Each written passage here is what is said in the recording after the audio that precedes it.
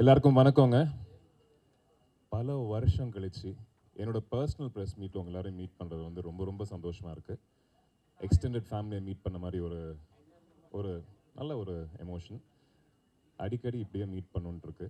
அதுக்கு நீங்கள் எல்லாரும் கொஞ்சம் சப்போர்ட் பண்ணிங்கன்னா தொடர்ந்து மீட் பண்ணலாம்.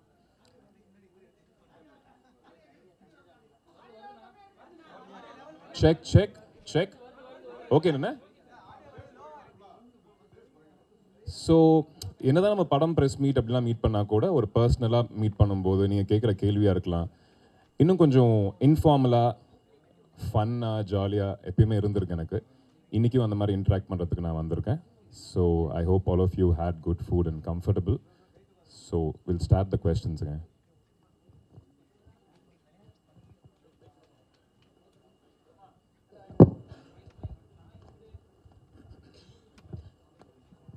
ஆதி வாழ்த்துக்கள். தேங்க்யூங்க. ரொம்ப வருஷத்துக்கு அப்புறம் ஈரம் படத்துக்கு அப்புறம் சேம் டைரக்டர் கூட சப்தம் ஒர்க் பண்ணுறீங்க. ஸோ சொல்லுங்கள், எக்ஸ்பீரியன்ஸ் சொல்லுங்கள். ஈரம் என்னோட 2வது படம். அறிவு சாரோட ஒர்க் பண்ணப்போ வந்து ரொம்ப புதுசாக அவரோட தாட் ப்ராசஸே ரொம்ப டிஃப்ரெண்ட்டாக இருக்கும். இந்த வாட்டி ஒர்க் பண்ணும்போது ஒரு புரிதல் 2 பேருக்குள்ளே இருந்தது ஆல்ரெடி. ஒரு ஃப்ரீக்வன்சி வந்துட்டு ஓகே அவர் இப்படி தான் யோசிப்பார். அவர் ஒரு ஷாட் வந்து பல விதமாக நம்ம வந்து அதை எமோட் பண்ணலாம், எக்ஸ்ப்ரெஸ் பண்ணலாம். ஒரு டைரக்டரை புரிஞ்சுக்கிறப்ப தான் அவர் என்ன எதிர்பார்க்குறான்ற விஷயம் வந்து நம்மளுக்கு தெரிய வரும். ஸோ செகண்ட் படத்துக்கு எப்பயுமே அந்த கம்ஃபர்ட் ஜோன்ன்றது அதிகமாகும். ப்ளஸ் அவரோட விஷுவல் சென்ஸாக இருக்கட்டும், அவரோட மேக்கிங்கோட அந்த நுணுக்கங்கள், டீட்டெயில்ஸ் ரொம்ப ரொம்ப அழகாக பண்ணுவார். ஸோ ஐ தரவ்லி ரொம்ப என்ஜாய் பண்ணேன் இந்த படம் பண்ணுறது அவரோட. வழக்கமாக எல்லா படங்கள்லேயும் ஹீரோயினோட நெருக்கமான காட்சிகள் இருக்கும். அந்த மாதிரி காம்பினேஷன் ஸ்டில்லு வரும். சப்தம் படத்தில் மட்டுமே எப்போவுமே அந்த வவ்வால் கூட நீங்கள் இருக்கிறது இது மாதிரி தான் இருக்குது.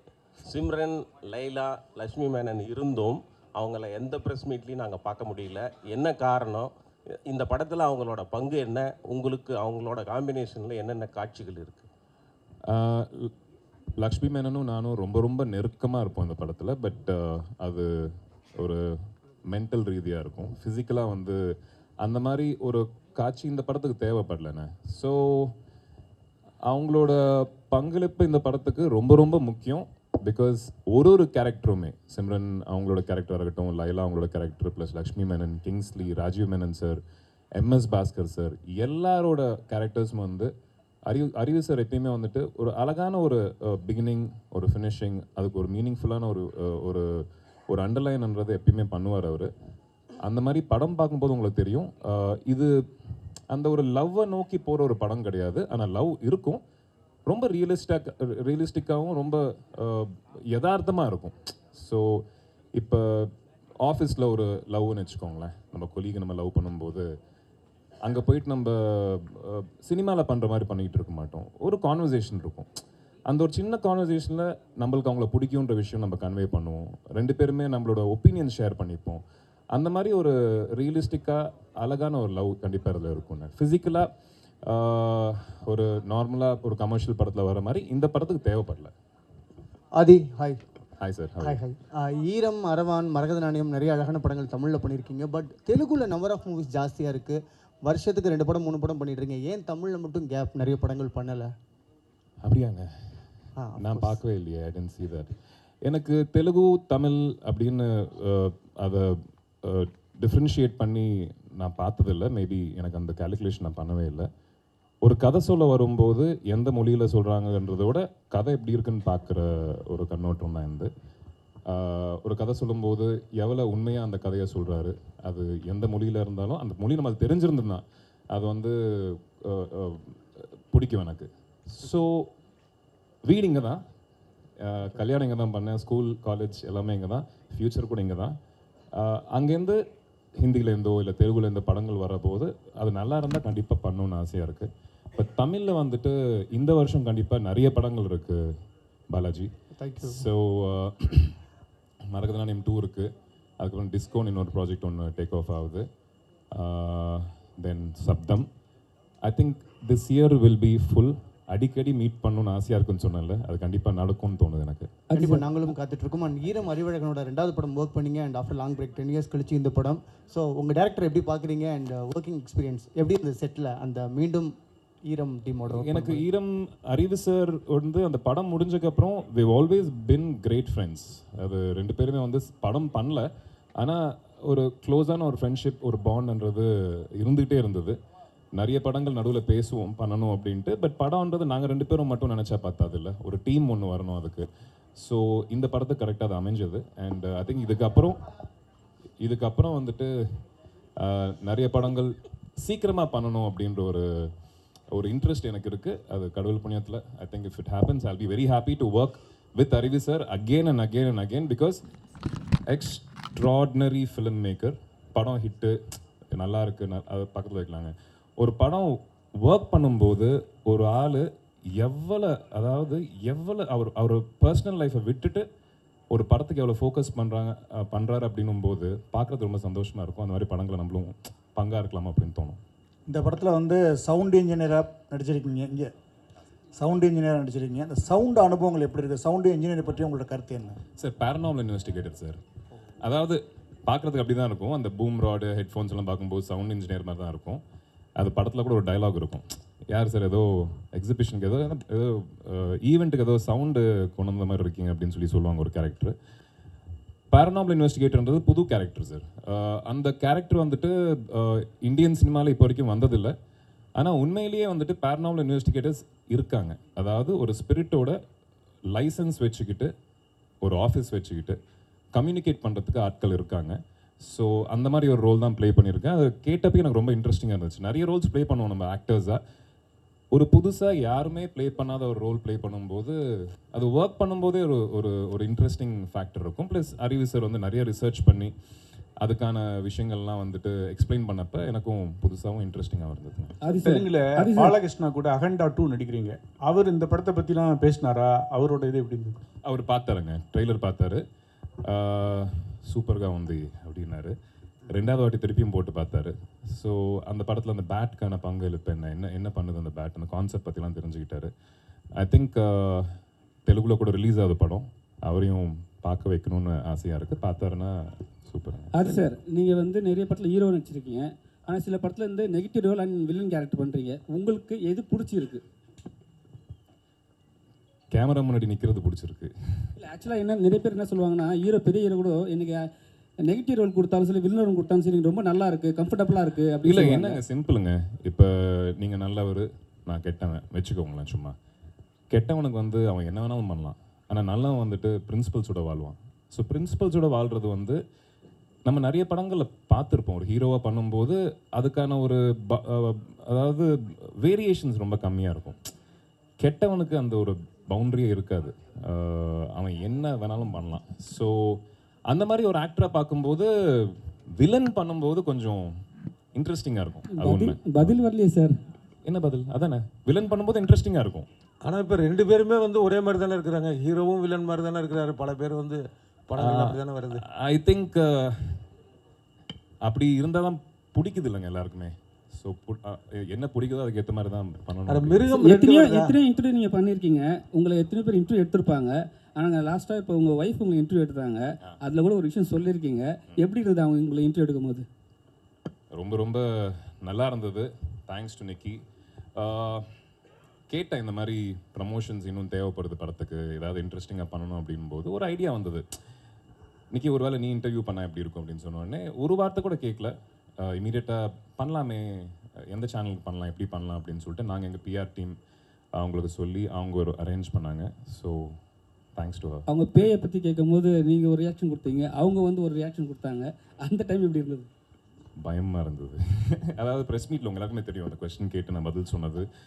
வீட்டில் நிக்கிக்கு அந்த நியூஸ் தெரிஞ்சது. கல்யாணத்துக்கு அப்புறம் உனக்கு பேய்னா நம்பிக்கை வந்ததா அப்படின்னு சொல்லிட்டு, அப்போ நான் பேயா அப்படின்னாங்க. இல்லைம்மா அப்படி இல்லை, அதுக்கு முன்னாடி ஒரு கதை இருக்குது, அதுக்கு பின்னாடி ஒரு கதை இருக்குதுன்னு சொல்லிட்டு ஃபுல்லாக சொன்னதுக்கப்புறம் ஓகே ஓகே. இப்போ நீங்கள் நடித்த படம் எல்லாருமே சிறப்பாக தான் நடிச்சிருக்கீங்க. இருந்தாலும் அரவான், மிருகம் இந்த ரெண்டுமே வந்து ரொம்ப குறிப்பிடத்தக்க படங்கள். உங்கள் ரோல் அரவான், மிருகம் ரெண்டுமே வெற்றி தோல்வியை தாண்டி அது ஒரு ஈர்ப்பான இன்றைக்கும் மறக்க முடியாத கதாபாத்திரங்கள். அது இதில் வந்து இது ரெண்டாவது பாகம் வர்ற மாதிரி எதுவும் ஐடியா இருக்குதா? அந்த மிருகம் 2 கூட அது மாதிரி வர்றதா கூட ஒரு செய்தியாக அது என்ன யூகமானு தெரியல ஒன்று வந்தது.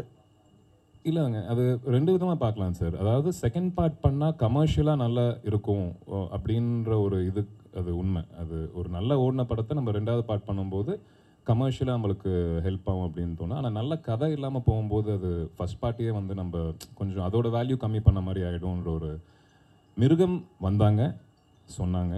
பட் அதில் அந்த ஒரு பலம், ஒரு ஆனஸ்டி எனக்கு இல்லைன்னு தோணுச்சு. அதனால நான் பண்ணல. வேறு யாரை வச்சு பண்ணிக்கலாமா அப்படின்னு கேட்டேன். கண்டிப்பாக பண்ணிக்கலாங்க, உங்கள் இஷ்டம், ப்ரொடியூசராக அது உங்களோட விருப்பம் அது அப்படின்னு சொன்னேன். அதை ஸ்டார்ட் பண்ணாங்களா இல்லையான்னு தெரியல. உங்கள் பிரதருக்கு ஒரு நீங்கள் ஒரு படம் பண்ணீங்க, யாவரும் நான் காக்க. அதுக்கப்புறம் செகண்ட் பார்ட் என்ன இருக்கா, இல்லை அதுக்கப்புறம் உங்கள் பிரதருக்கு ஒரு ட்ராவல் பண்ணுற மாதிரி ஏதாவது ஒரு ஐடியா இருக்கா? பிரதர் இன்னொரு ஸ்கிரிப்ட் ரெடி பண்ணியிருக்காரு. அவர் வந்து கதை கேட்டேன்னா ஒரு ஆடியன்ஸாக கேட்டேன், ரொம்ப நல்லா இருந்துச்சு, இன்ட்ரெஸ்டிங்காக இருந்தது.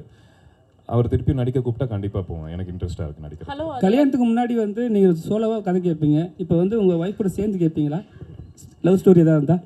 இல்லைங்க, அவங்க ப்ரொஃபஷ்னலாக வந்துட்டு எங்களோட we are very independent. But opinion கேட்குறது உண்டு. ஒரு விஷயம் நம்ம கதையாக கேட்கும்போது அவங்ககிட்ட சும்மா ஜென்ரலாக நம்ம ஃப்ரெண்ட்ஸ் கிட்ட சொல்லிப்போம்ல, அந்த மாதிரி சொல்கிறது உண்டு. அவங்க ஒப்பீனியன் அவங்க கொடுக்குறது உண்டு. பட் டிசிஷன் மேக்கிங்ன்றது நான் மட்டும்தான் பண்ணுவேன். Adhi, all the best. Actually congrats as well. Thank you. இந்த பேரானார்மல் இன்வெஸ்டிகேட்டர் வந்து நிறைய பேர் இருக்காங்க ஃபேமஸாக. யாரையாவது நீங்கள் ஃபாலோ பண்ணீங்களா? யாரோடதாவது அடாப்ட் பண்ணியிருக்கீங்களா கேரக்டர்ஸில்?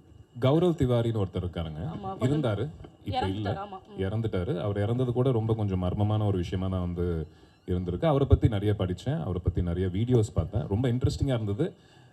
ப்ளஸ் அவரோட லைஃப்பும் என்னோட லைஃப்பும் கொஞ்சம் ஒரு இடத்துல மேட்ச் ஆச்சு. அவரும் பைலட் கோர்ஸ் பண்ணலாம் அப்படின்னு சொல்லிட்டு யூஎஸ் போயிருந்தார். நானும் பைலட் ஆகலாம்னு நினச்சேன். அதுக்கப்புறம் மிருகம் படத்துக்கு அப்புறம் இங்கே இருக்கணும் அப்படின்னு சொல்லி முடிவு பண்ணேன்.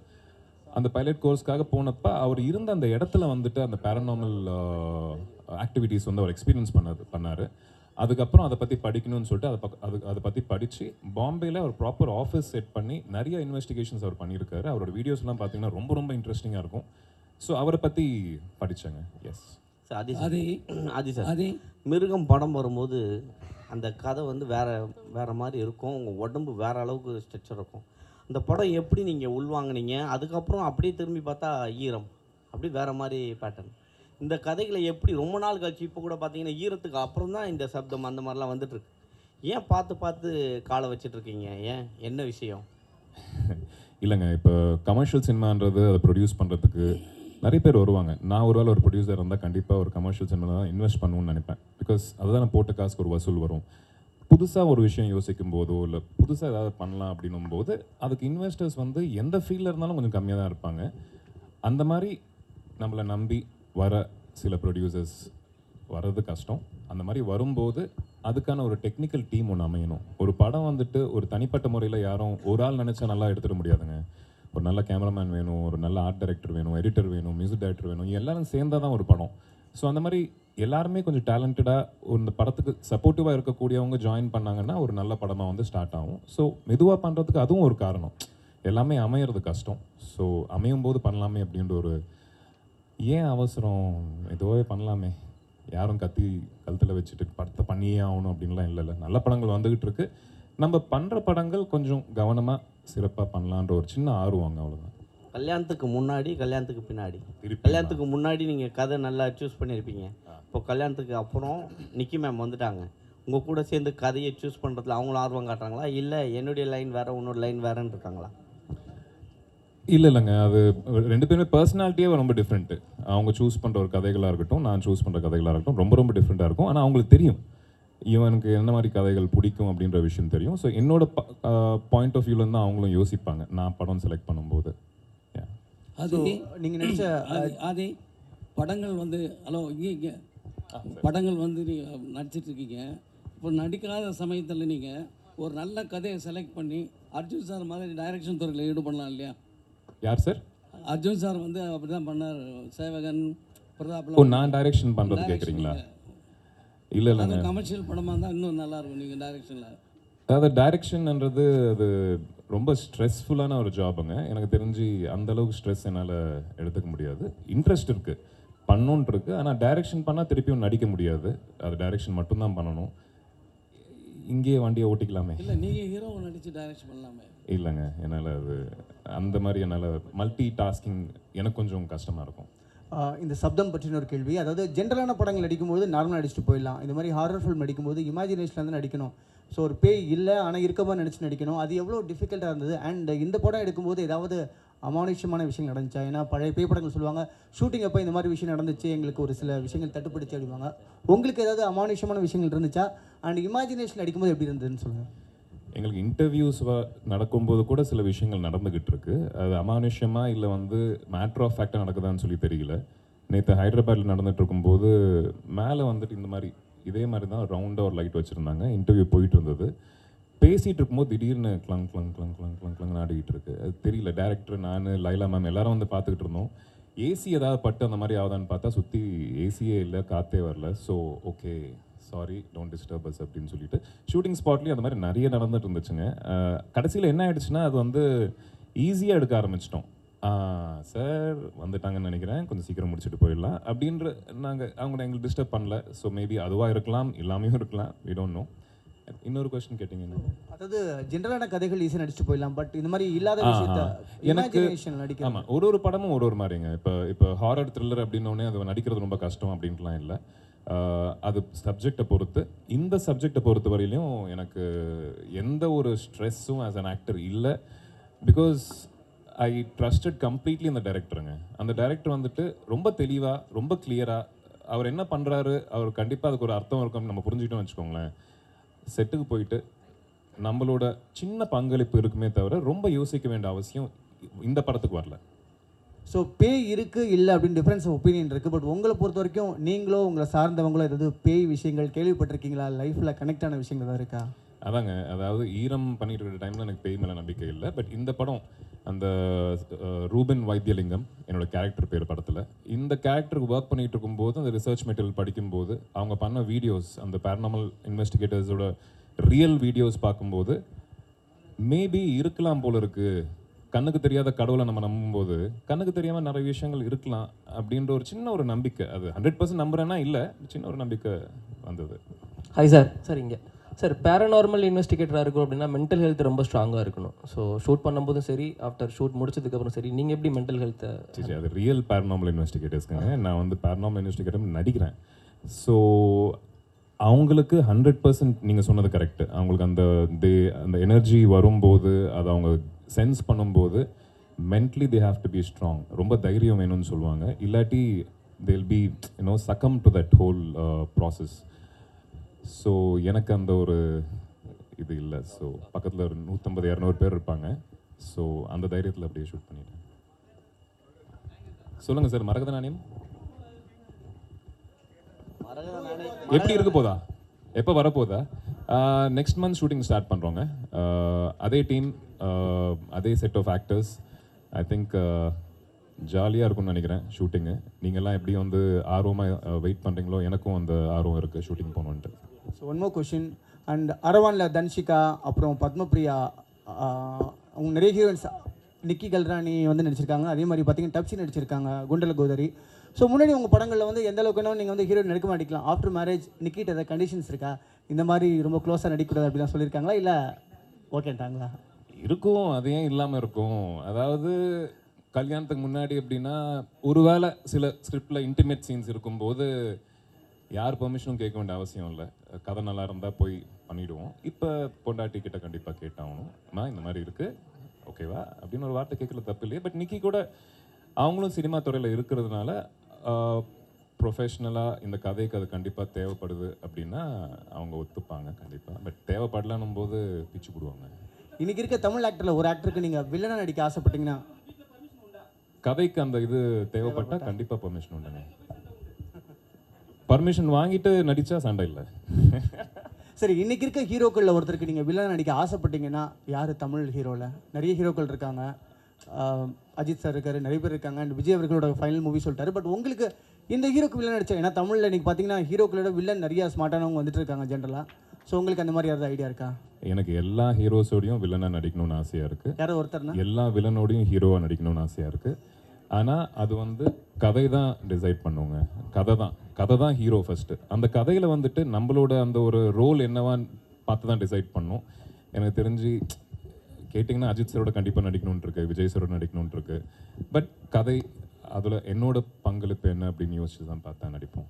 சார் டைட்டில் உங்களது ஈரம், சப்தம், மிருகம் இந்த மாதிரியான வரும்பொழுது வித்தியாசமான ஒரு வார்த்தைகள் உங்களுக்கு வருது உங்கள் படத்துக்கு டைட்டில். நீங்கள் ஏதாவது டைட்டில் சொல்லியிருக்கீங்களா இந்த டைட்டிலை விட வேறு அளவுக்கு? டைட்டில் சஜஷன்ஸ் கொடுப்பேன் நான். சஜஷன்ஸ் கண்டிப்பாக எல்லாரும் டீமாக வந்து பேசுகிறது உண்டு.